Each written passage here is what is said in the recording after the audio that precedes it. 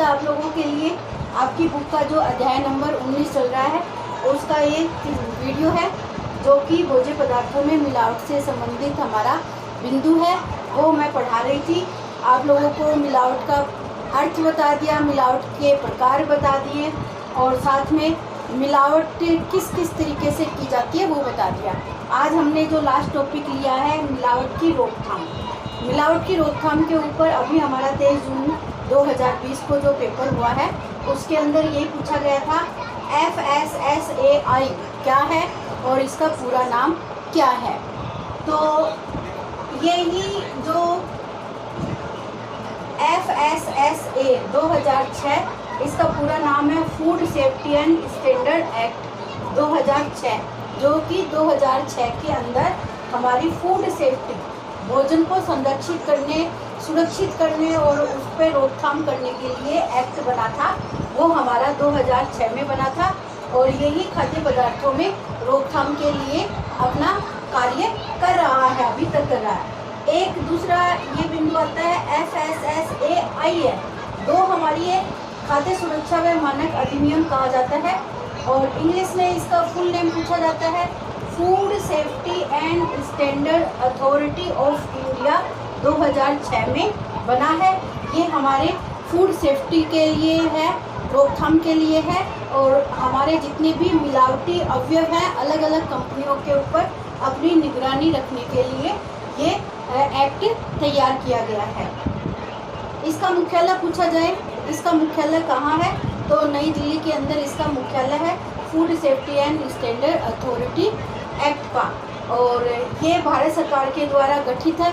भारत सरकार ने 5 सितंबर 2008 के अंतर्गत उसके तत्वाधान के अंतर्गत 2006 में इस गठन का आयोजन किया गया है, जिसके द्वारा ये हमारे फूड सेफ्टी कार्य के लिए आगे प्रसिद्ध किया गया है। इसके कुछ उद्देश्य भी बताए गए हैं कि फूड सेफ्टी अथॉरिटी एक्ट के क्या क्या उद्देश्य हैं। तो इसका मुख्य उद्देश्य है खाद्य पदार्थों हेतु वैज्ञानिक तथ्यों के आधार पर इसकी जांच करना, वैज्ञानिक तथ्यों के आधार पर इसकी निगरानी करना कि कौन से भोज्य पदार्थों के अंदर किस प्रकार के अवयव मिलाए जाते हैं, उसकी जांच है वो किस तरीके से की जाती है।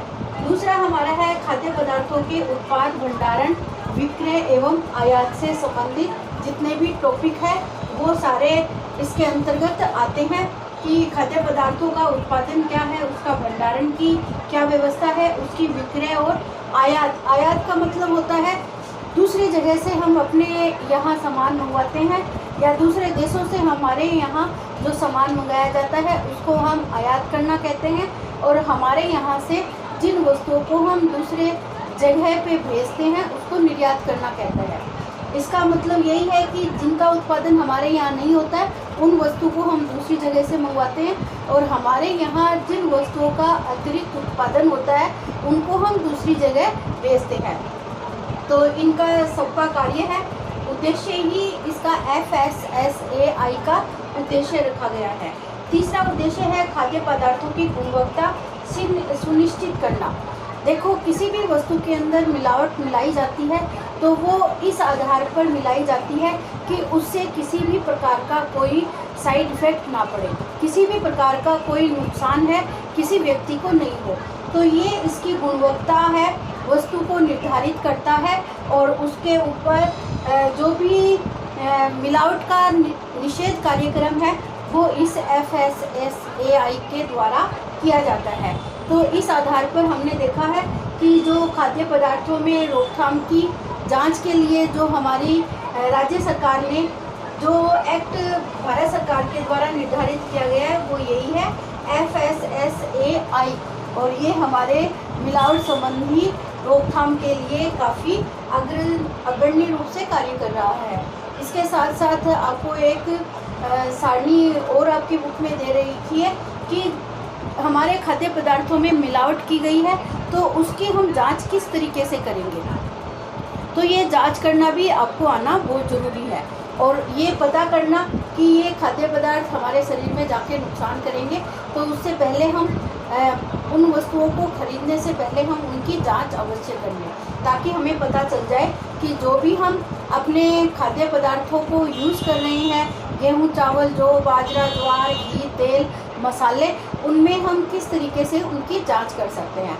जैसे नॉर्मल से हम काली मिर्च को की अगर जांच करनी है तो काली मिर्च को हम पानी के अंदर डालेंगे एक बर्तन में, और अगर काली मिर्च पानी के अंदर नीचे बैठ जाती है इसका मतलब तो वो सही काली मिर्च है, और जो ऊपर पानी के ऊपर तैरती रहती है इसका मतलब उसके अंदर वो उस काली मिर्च में पपीते के बीजों की मिलावट है। तो इस तरीके से हम ये मिलावट को जांच कर सकते हैं। और जैसे कि ये चाय पत्ती है, इसको हम जांच कैसे करें, तो इसके लिए एक सोखता कागज़ होता है, उसके ऊपर इसको थोड़ा सा पानी डाल के और उस कागज़ के ऊपर रखें।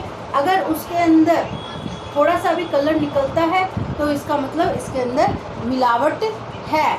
और इसी तरीके से हम लाल मिर्च के अंदर किसी भी पेपर के अंदर या ब्लॉटिंग पेपर होता है उसके अंदर लाल मिर्च को बांध के छोड़ें तो उसके अंदर अगर उसके ऊपर कलर चढ़ता है, उस कागज़ के ऊपर लाल मिर्च का कलर आता है तो इसका मतलब उसके अंदर रोडोमाइट लाल रंग मिलाया गया है।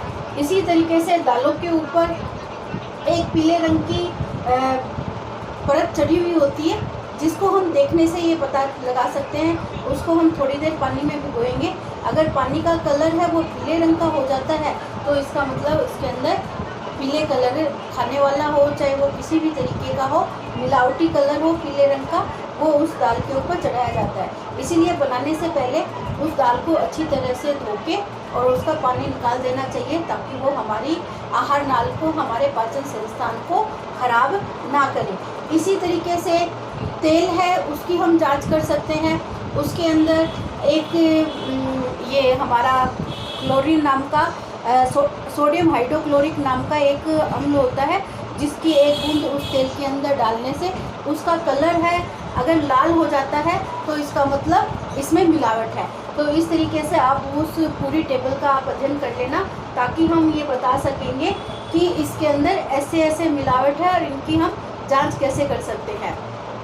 इसी तरीके से गुड़ की भी हम जांच कर सकते हैं कि उसके अंदर कपड़े धोने वाला सोडा मिला हुआ है या नहीं है। आप अनाज को पानी के अंदर तैरा के देख सकते हो कि कंकड़ पत्थर है वो नीचे बैठ जाते हैं, तिनके हैं वो ऊपर तैर आते हैं।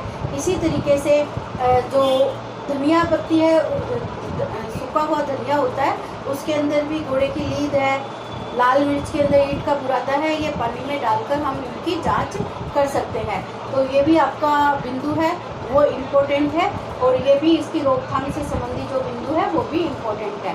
तो इस तरीके से आप इसका पूरा चैप्टर है वो तैयार कर लेना। इसके मुख्य बिंदु मैंने आप लोगों को सारे डिस्कस कर लिए हैं, आप लोगों से सारे बता दिए हैं। फिर भी अगर आप लोगों को नहीं समझ में आता है तो आप कमेंट के माध्यम से कोई भी टॉपिक है, बिंदु है, नाम है, उसको आप पूछ सकते हो। तो ऑल द बेस्ट बच्चों, आप इसको अच्छे तरीके से तैयार कर लेना।